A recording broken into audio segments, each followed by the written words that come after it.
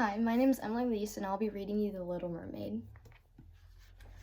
Far beneath the ocean waves, in the land of merpeople, lived a lovely young mermaid named Ariel. Her home was an undersea palace. Although it was quite magnificent, she hardly ever spent time there. She preferred to go exploring with her little friend Flounder the fish. Ariel loved to collect objects from the world above the sea. She and Flounder would swim in and out of sunken ships, picking up whatever caught the little mermaid's fancy. Ariel's father, King Triton, ruled the undersea kingdom. He was very proud of Ariel's many gifts, especially her beautiful singing voice. He had arranged to give a special concert to show his daughter's wonderful talent to all the merfolk. Ariel's sisters began to sing the concert. Then they sang a special song to introduce Ariel, but Ariel wasn't there. Triton was not pleased. How could Ariel have forgotten to show up for her own debut?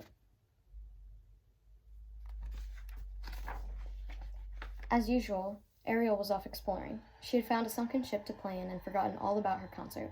By the time she returned home, the guests had left. Triton was so angry that he ordered Sebastian, a crab who was his court composer, to follow Ariel and to keep her out of trouble. Later that day, Ariel slipped away again with Sebastian following close behind. She hadn't gone far when a huge shadow darkened the waters above. "It's a ship," she gasped with delight.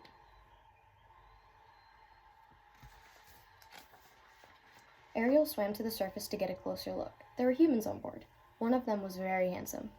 Ariel heard the others call him Prince Eric. But as Ariel watched, a sudden storm took them all by surprise.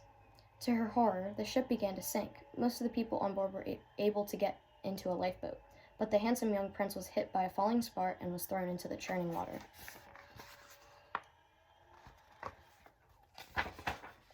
Ariel knew that humans could not live under the sea. She had to save the unconscious prince. There was no time to lose. She darted through the waves to her prince as her friend Scuttle watched anxiously. Using all her strength, Ariel dragged the young prince to shore. Scuttle was waiting for them. The silly bird put his ear close to Eric's boot. "Sorry, Ariel, I can't make out a heartbeat," said Scuttle. Ariel placed her head on the prince's chest. "He is breathing, Scuttle," she cried. She was so happy that she began to sing to the prince. At the sound of Ariel's lovely voice, Eric's eyelids began to flutter. "He's going to be all right," Ariel said gratefully. "Now I'd better get back before Father finds out I've left." When the prince opened his eyes, he saw his faithful dog Max running up to him. Ariel returned home, but she could not forget about the human prince. As she sat thinking about him, two evil eels named Flotsam and Jetsam watched her with their cunning eyes. "Come with us," they coaxed sweetly. "We know someone who can help you." Ariel followed the slippery eels. Before she knew it, she was inside the deep, dark cave of Ursula, the sea witch. Ursula knew how much Ariel missed Eric. She told the young mermaid that she could help her visit him for a price. "I will make you human so you can visit your young man," Ursula said, "but you must get him to fall in love before the sun sets on the third day. If you fail, you will turn back into a mermaid and return to my sea as my slave." Then Ursula laughed wickedly. "Oh, and one more other thing. You must leave your voice with me." Poor Ariel. She would have done anything to see the young prince again, so she signed the agreement, and when the evil witch locked Ariel's beautiful voice inside a magic seashell that she wore around her neck.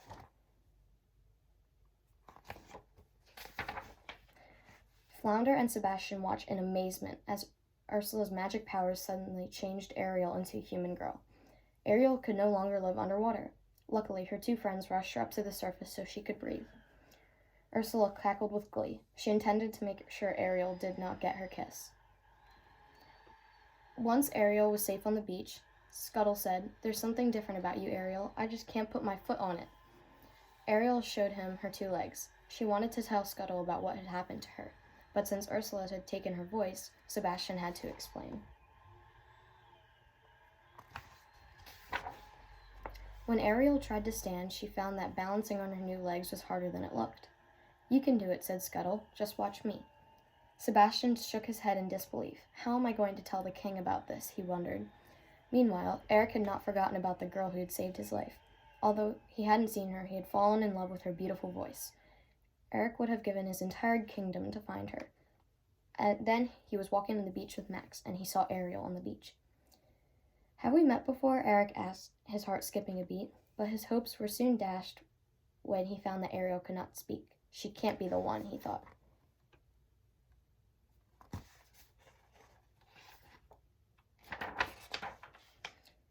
Still, the prince felt sorry for Ariel, so he brought her to his castle. His servants fed her and gave her pretty clothes to wear. The next day, the prince took Ariel for a coach ride through his kingdom.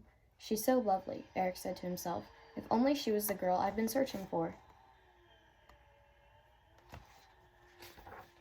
The next day, the prince took Ariel for a boat ride.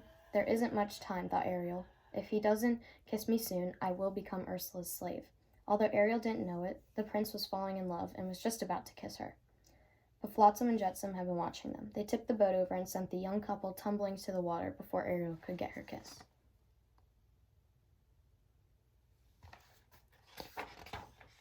Ursula had been watching the couple in her magic bubble. She decided to trick Ariel so she would never get her kiss. The witch transformed herself into a beautiful girl. With Ariel's voice locked inside the seashell necklace, Ursula would sound just like Eric's true love. The following day, as Ursula walked along the beach, the sound of Ariel's beautiful voice filled the air. Eric could hardly believe his ears. The girl who had saved his life had finally come back to him. Quickly, the sea witch put a spell on Eric, and he decided to marry her right away.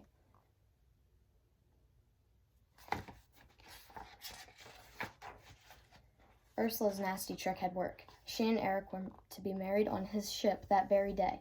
In her cabin, Ursula laughed as she looked at her true reflection in the mirror. Luckily, Scuttle saw Ursula's real reflection too. Scuttle and Flounder rushed off to find Ariel to tell her all about the sea witch's latest trick. Don't worry, Ariel, we'll help you, said Scuttle, as Flounder pulled her out to the ship. Then Scuttle flew to the ship.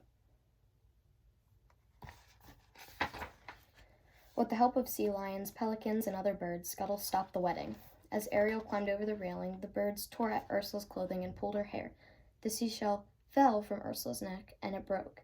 Then Ariel's voice returned to her instantly. Ariel called out to warn the prince.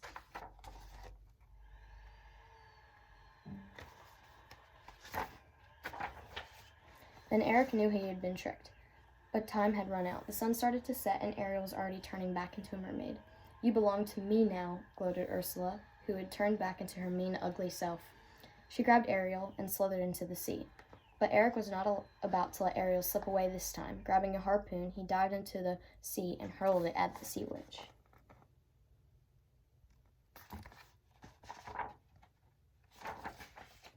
That made Ursula angrier than ever. She transformed herself into a huge monster and tried to crush poor Ariel and the prince with her black tentacles. Eric clutched the little mermaid to him, trying to protect her from the witch's fury. Eric knew he had to do something, and fast. Climbing aboard that ship that Ursula's angry thrashing had raised from the bottom of the sea could be dangerous, but he grabbed the wheel. He aimed at the ship's prow at Ursula and sailed full speed ahead. As the boat struck the witch, she let out a terrible scream, then she was gone.